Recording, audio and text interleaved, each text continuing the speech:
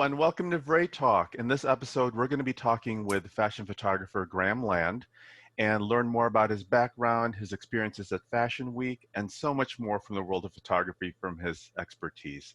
So thank you for everyone for joining us in this episode. And Graham, hello, how are you?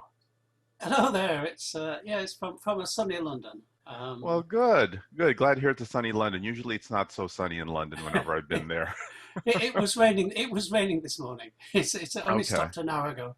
Okay, well, it looks like there's a little sun coming through the window there. So thank you so much for joining us. I appreciate you coming along and joining us for this episode of Ray Talk. I wanted to chat with you and share your background, share your experiences with Fashion Week from a photographer's point of view and from your lens, and that's what we're going to be talking about today, and give people a different perspective in terms of just the world of photography or the world of fashion because people often see just the beautiful pictures and the runway shows and the videos, but life behind the lens and the camera is very different, as I'm sure you can attest to from your recent experiences and such. So Yeah. we'll talk about that, and let's talk about your background so that people understand more about who you are, where you came from, because correct me if I'm wrong, but you weren't always a fashion photographer, correct? It's a relatively recent phenomenon. Okay. I went to my first fashion event back in 2015. So yes, not that long ago. Okay. Not given my age. But would you mind telling us before the world of fashion, what were you doing or what general area, and how did you get into the world of photography? I'm just curious about that. Well, the two sort of link together. I was introduced to photography quite well. I was at just finishing, well, halfway through my first degree in college when the dig site, we had a trainee photographer at the Liverpool Echo, and he lent me his twin lens reflex Rolleiflex to play with, Hmm. and it was delightful. So I really got turned on to photography then, and however, after leaving college, I was basically studying chemistry, and I decided to go for the more what has always been my interest in terms of the science side. So I went that Ah. direction instead. But I've kept it up as a hobby throughout, and the kit has got a bit more expensive and so on. But it's only I then went on to do pharmaceutical science, travelled a bit, and then went into project management and data analytics and odd things. And but then sort of back in 2013, I moved to digital just as I was sort of getting into a more retirement mode.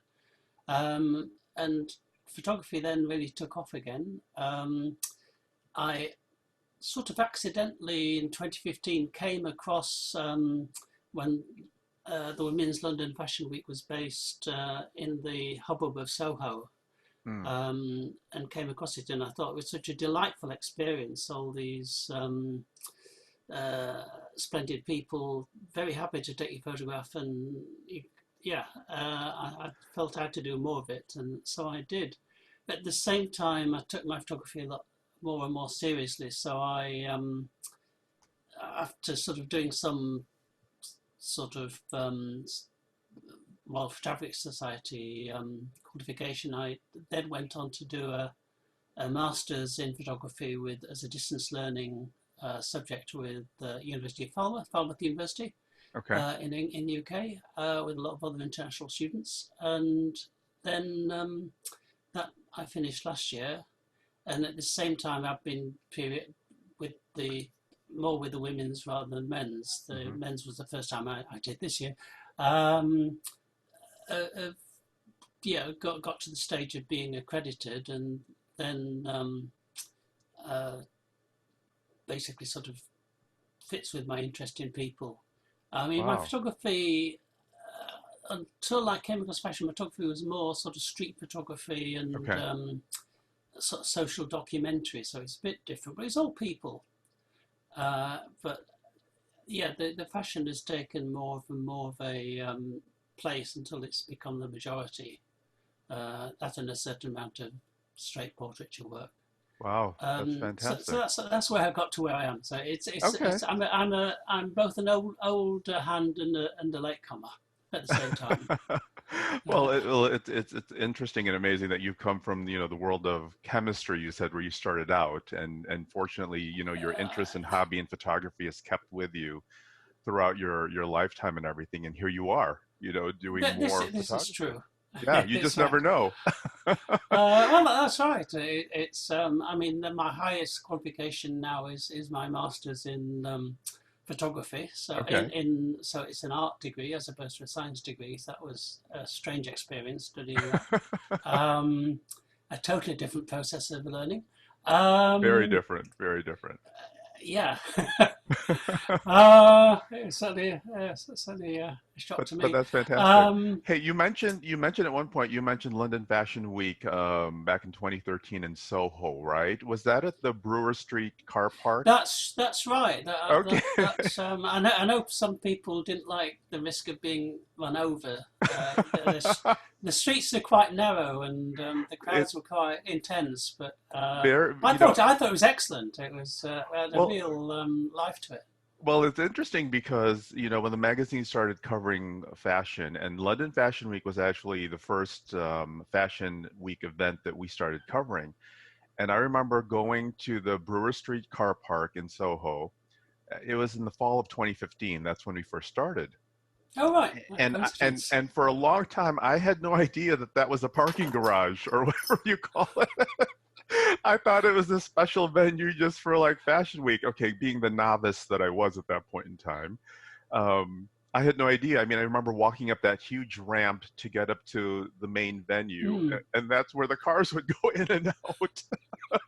I had no idea. I had no idea at all.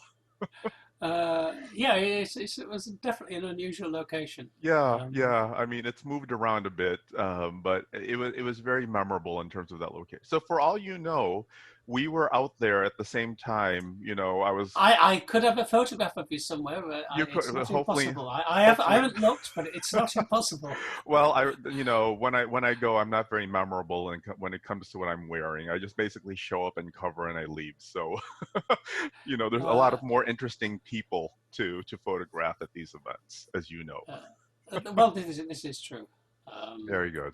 Very good. So, as far as people, just to give people and their viewers a little background, so you and I first started working together in Men's Fashion Week this year in January, correct? That's right, which My was my gosh.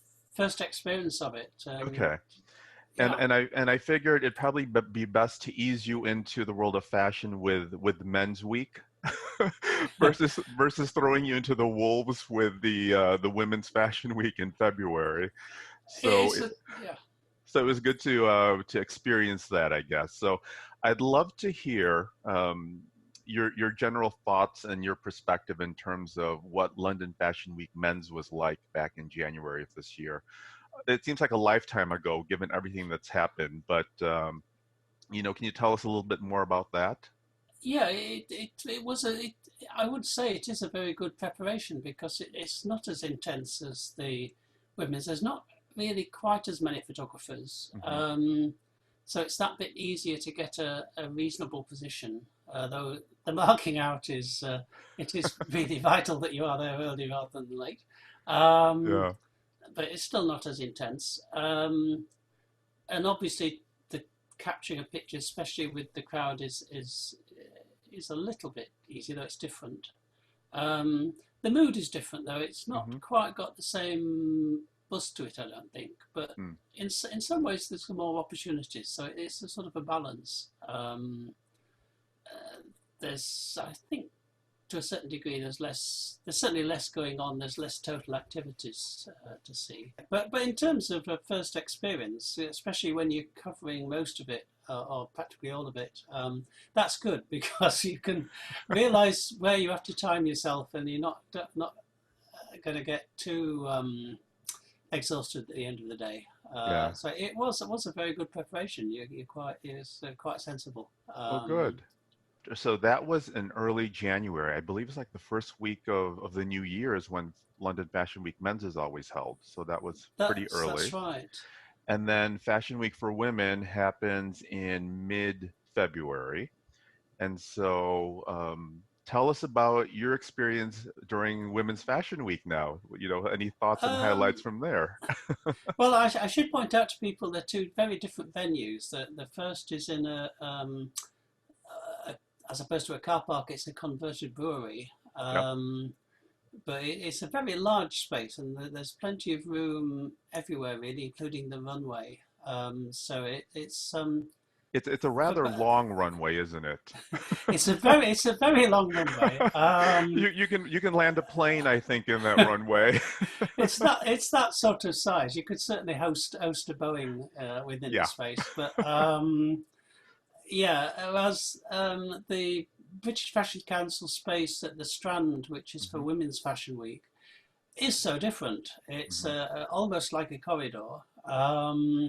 There's not a huge space for the audience, I don't think. Um, No. it is quite long, um, but for the photographer, it means if you are not in the centre, you're just not going to get a good shot. And if you're not even close to the centre, you could find it life very difficult. There's not a huge amount of width uh, for the models themselves, Hmm. never let alone the viewpoint of view angle for photographers. But and for a couple of shows that they closed it even further, which wasn't truly helpful photography wise. So yes, it's a very different environment. I was fortunate in that I just managed to get not too bad a spot, and Hmm. um, I was close to an AP photographer's spot, and fortunately, he was the only one covering that particular spot, and he wasn't there all the time, so I got an even better one at times. So yeah, it was good. The main downside was that you can't say they go out of their way to support the media, in that we were given an unheated room. This is February, Ah. and it was a colder February than it was January in London. Um, which had direct access to the outside. At least there was no door. Um, so Oh, and it got a I didn't trifle even, chilly. I didn't even go to that room. I don't even know where that room is. Where? Oh my gosh. It's just for photographers, but it Okay. was yeah, you didn't miss anything. It was also not a very big room with a low ceiling, and Okay. I had to. Okay. I mean, you've had, yeah, some foreign journalists. Yeah. Yeah, was difficult. It was otherwise okay. Yeah, so for people that aren't familiar, so in the past few seasons, London Fashion Week for Women has been held at the Strand. And for some reason, every single time I've been there, they configure the rooms and the corridors very differently. It always changes. So this season, when I went for the first time, I was like, where am I? I'm walking in this dark hallway in this black maze, and I didn't know where I was going. And the rooms were configured differently. The main Mm, runway venue was different than what it was in the past. It's just it's always different, and in a way it seems kind of odd that men's has this massive place at the brewery, mm, and then women's has this tiny little room. It's long, but it's just tiny. It just seems very narrow and very, in my case, claustrophobic, I think, sometimes, as far as that main room. But with that said, I mean, not every fashion show is held at the Strand. I mean, there are other locations throughout the city for some of the other shows that you had to cover. So the Fashion Week for Women, I mean, it took you kind of around the city, didn't it, Graham, in terms of different Uh, locations? yes, I should say yes. It's quite a different experience for the men's. Where apart Yeah. from a few events at the last day, they're all pretty much either there or very close by. Um, yes, I mean the Strand is. I mean, I guess that's the reason they chose the Strand, is because it's quite near Mayfair Hmm. and Bloomsbury and so on, where other events are taking place. Um, yeah, but yes, you have to travel quite a bit. I mean, I'm an experienced Londoner, so it wasn't too much of a problem, but it must for some of the people who don't know it so well. Um, Yeah. and the catch with the photographer being in a good position, especially for the runway, is just critical. and yeah, so you can't really book it in advance, so you've got to get there early. So Yeah. you've got to balance your, which you helped a lot with, because I didn't fully recognise the challenge, but to be there an hour ahead is a good idea, and sometimes you have to sacrifice some events to allow that to happen for the ones you do want to target. So a lot Yeah. of planning is necessary. Yeah, well, you've seen my spreadsheet. I mean, Yes. it's a little insane when you start looking at all the shows and trying to coordinate between, everybody's schedules and like you said, it's just you can't do it all. There's just too much, and especially when there are multiple events happening simultaneously at different locations, Mm. it's picking and choosing, it's dividing and conquering, and just making sure you strategize right in terms of where you can be and get the best location for that shot in terms of what's happening at that point in time. So That's right. it's a lot of strategy, which I'm sure people Yeah. don't think about when they see all this stuff. So Yeah. it certainly helps. I'm curious, do you, from your experiences, what words of advice, if any, would you give to an aspiring fashion photographer in terms of if they were to get into the official Fashion Week calendar and be a photographer for these shows? Any advice you have for other people out there? I mean, obviously be respectful to photographers, but equally, don't forget that because you're in there, you're entitled to take pictures as well, and not be too allow yourself to be too bullied, because some people will, if they have the opportunity, will try to move you to the side Yeah. to give themselves more room. And they're much more likely to do that with a young, obvious visitor than somebody who looks like are always there. Um, True. and then it's really sort of a matter of bearing in mind the sort of shot you want to take, and thinking hard as you're taking it and so on, in terms of trying to get the best shots. I mean, you can do rapid fire, and you do use rapid fire for sort of trying to catch that moment, but Hmm. at the same time, you don't want to, there's a limit to how many pictures you want to carry in your camera, and And when you say rapid fire, for those that aren't familiar, that's just hold the button down. It just keeps on yeah, just clicking, and yes, continuous fire, I should continuous say. firing. That Yes, is, yeah, I shouldn't use the military phrase. that's okay. But yeah, it's just you shouldn't. I mean, you don't necessarily even have to do any of that if you can just catch the right spots yourself. It's just obviously if you're working for a magazine and so on, you don't want to, you want to guarantee yourself a certain degree of a suitable shot, so you don't minimise, but it's quite doable, and then you just got to think about the basics of photography. You want ideally a more isolated image rather than one that's too cluttered. Um, Yeah. and that's where the position comes in, because obviously if you're shooting obliquely, it's that much more difficult. But it can still be done, because as long as you've got a reasonable wide aperture that you can use, you should be able to separate out that background, um, and that makes all the difference. So the $1 million question for you, I'm going to ask this from you. So between men's and women's fashion week, do you have a preference? Which one did you Uh, enjoy more or like? I'm just curious to hear this.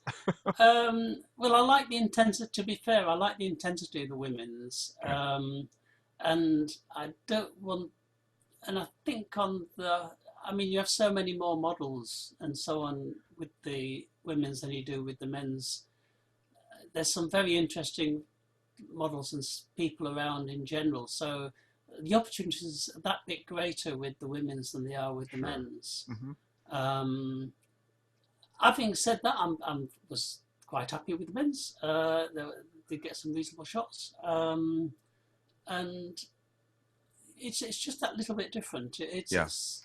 But I guess if you're going there to, especially as a member of the audience, in some ways, I don't know if that's your view, but because it's that much more manageable, I guess you can probably get more from it in terms of just focusing on those designers and so on. You're not having to rush as much. But I wasn't there as a member of the audience, so I'm not the best to speak on that one.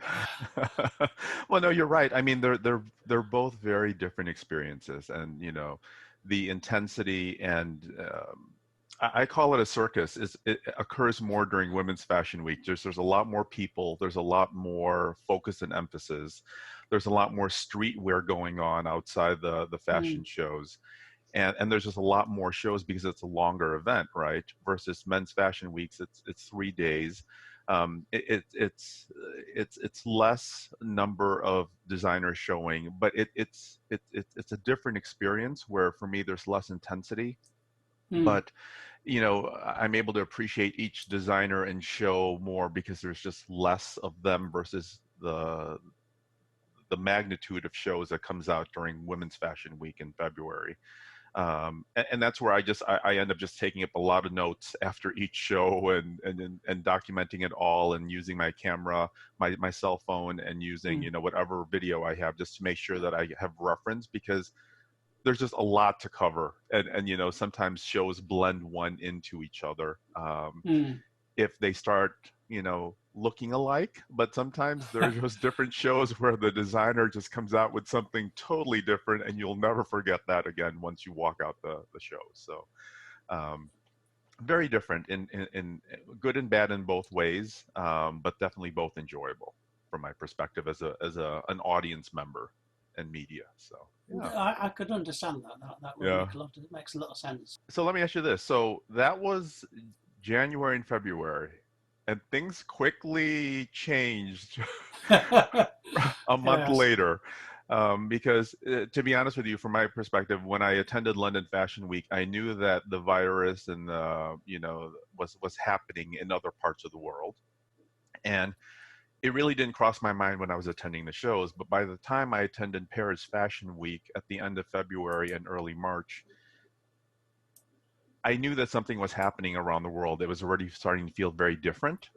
And Mm, so, my attendance in Paris Fashion Week, and that's another discussion and video that I've already covered. It was a very different experience in terms of covering that show. So, shortly thereafter, the pandemic, lockdowns, quarantine started happening. I'm just curious, how have you been during this time personally, in terms of how life has been? What have you been doing? If you could, I'd love to hear how you are overall. I've been keeping myself reasonably busy, though not as efficiently as I could have been.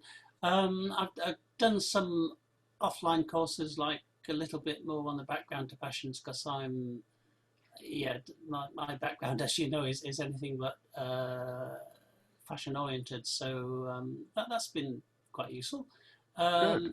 Give a bit more insight. And I did another course as well on video. The photography has been the main downer, in that I Mm. like taking pictures of people. At the moment, that is just not easy. Yeah, unfortunately, yeah. It was pleasant to go out a little bit during the in the London, the Black Lives Matter demos, but I didn't go into the central London hubbub. Okay, Um, so but that was okay. Hopefully, also for the people taking part. So it's a bit mixed. The photography has been much reduced, but yeah, the understandable. office, other things behind the scene things have been progressing.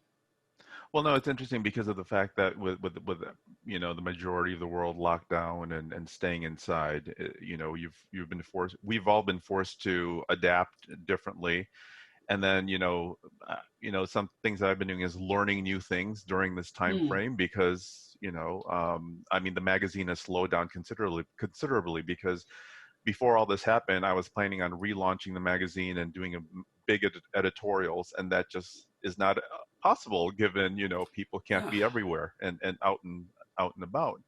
So I think learning new things during this time frame, as you mentioned, is definitely important to keep ourselves busy and our mind active. I'm curious, there in London, have the restrictions started easing up, or will they be easing up very soon around there? easing up. There's been a degree of easing in that you're allowed to uh, travel to walk to places and so on, as opposed to just being restricted to the few miles around you. Okay. Um, there are now, since Monday, there's been, most shops are now open with the usual. Well, actually, in the UK, like Canada, we have a 2 meter restriction, so that makes life for shop quite tricky. Yeah. Those So, small spaces and just, narrow well, streets. yes, and because they can't let a lot of people in at the same time, you're generally getting these quite big queues outside. So Hmm. it's now the norm to queue. Just to go to a bank can be quite a queue. Never mind a major shop like Selfridges. Yeah.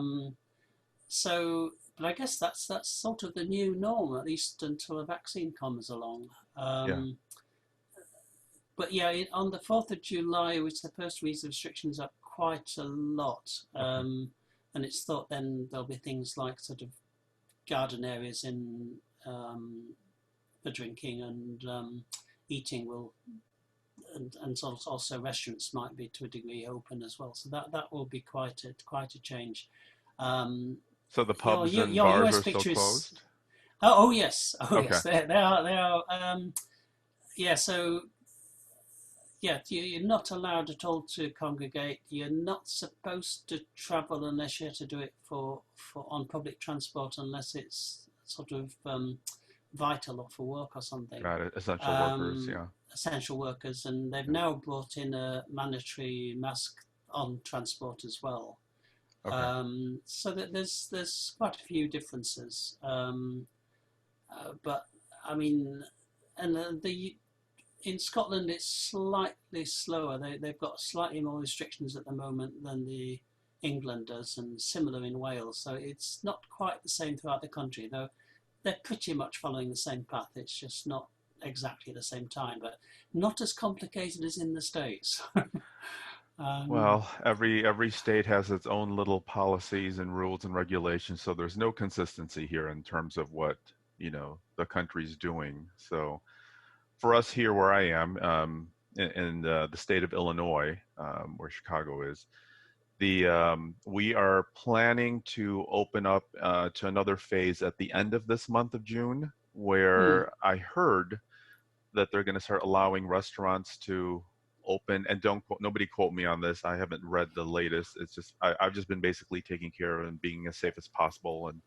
And then I'm hearing that they're allowing groups of up to 50 is what I'm hearing at the end of the month. But again, don't quote me on that. Right now, I know it's less of groups of less than 10 can gather together. Um, Stores are opening up where you can drive up or go outside and pick up your order, but they're not letting you go inside unless Oh, there's right. a limited number of people at a Hmm. time. I actually went to the grocery store for the first time last week because during the past 2 months I've been having everything delivered. So I actually set foot inside a grocery store last week, and it was very odd in terms of following the signages and like walk this way, stand the distance, and making sure everybody had a mask and everything. So like you said, things are opening up and easing up, but the virus is still here. So we just have to be as careful as possible just to make it through. So that's just, Yeah, I think it's just like a new normal, but it's yeah.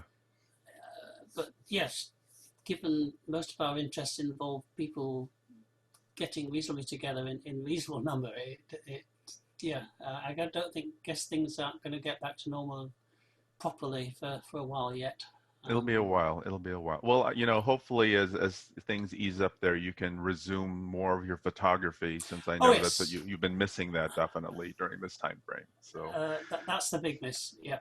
that'll be something. Well, Um, good.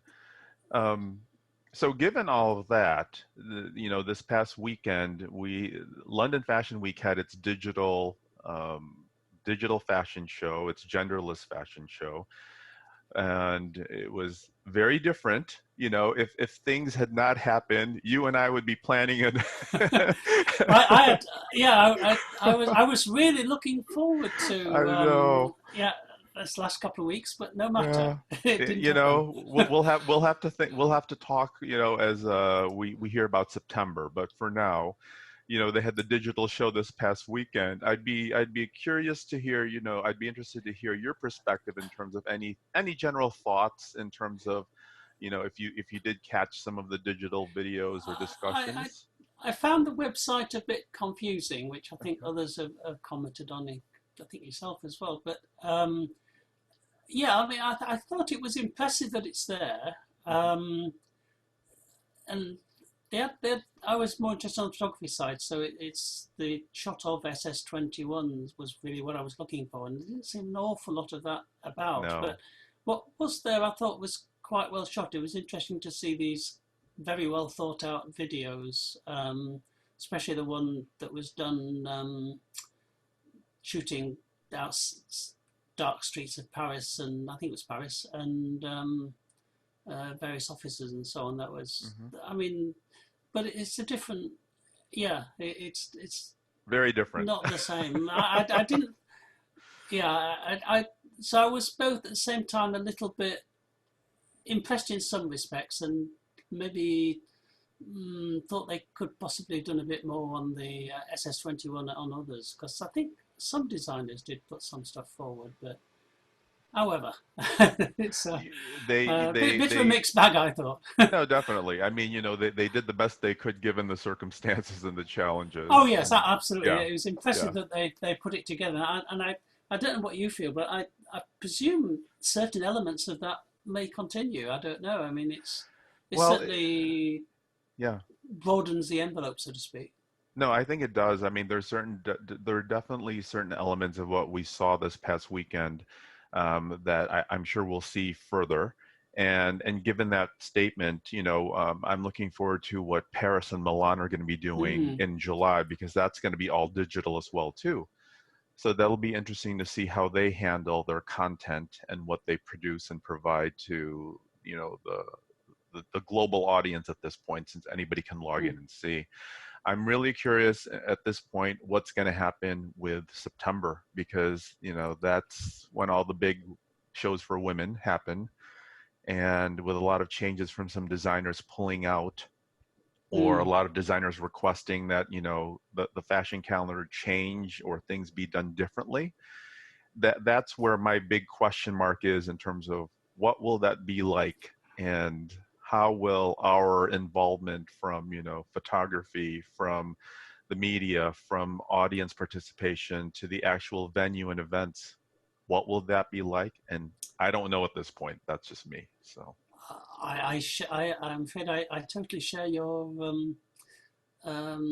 intelligence on that. I have no idea, but it's I must admit I'm not totally optimistic because yeah, I'm not totally optimistic because there's always this possibility of a degree of pullback with a second wave or whatever. hmm. And yeah, I mean, it'd be nice if really good things could happen, but I'm not overly optimistic about it. Yeah, Uh, yeah, we can but be optimistic. I'm sure there'll be more live shooting than there was because it was a very restricted. They were very good to do what they did because it's still a very restricted time. Whereas Yeah, September hopefully won't be anything like that. hopefully. So we shall. I mean, unfortunately, each week and day and month is, we just have to see what happens because everything can change so quickly these days. But Mm. for now, I'm looking forward to next month with some of the digital fashion weeks in Paris and Milan, and we'll just go from there. So at this point, thank you so much for just taking It's okay. time. No, it's been my pleasure. Yeah, yeah. It's good It to have was a chat. it was great to chat with you, to connect with you, and see you since I haven't seen you since February. And It seems a long time ago, I but it know. I wasn't mean, really. I know it just it's a lifetime ago, a totally different world where we were jam packed in those rooms and know, and running around and the one thing I remember about Fashion Week, because Fashion Week is so unpredictable, is I know that when you and I tried to even get together for a coffee or a tea or something like that, things quickly change with the schedules, and that it's so hard to plan because there's just so much happening each day that you just never know what's going to happen during these events. And I think for Well, me, that's right. that's part of the excitement as far as being there, Mm, because it's so dynamic.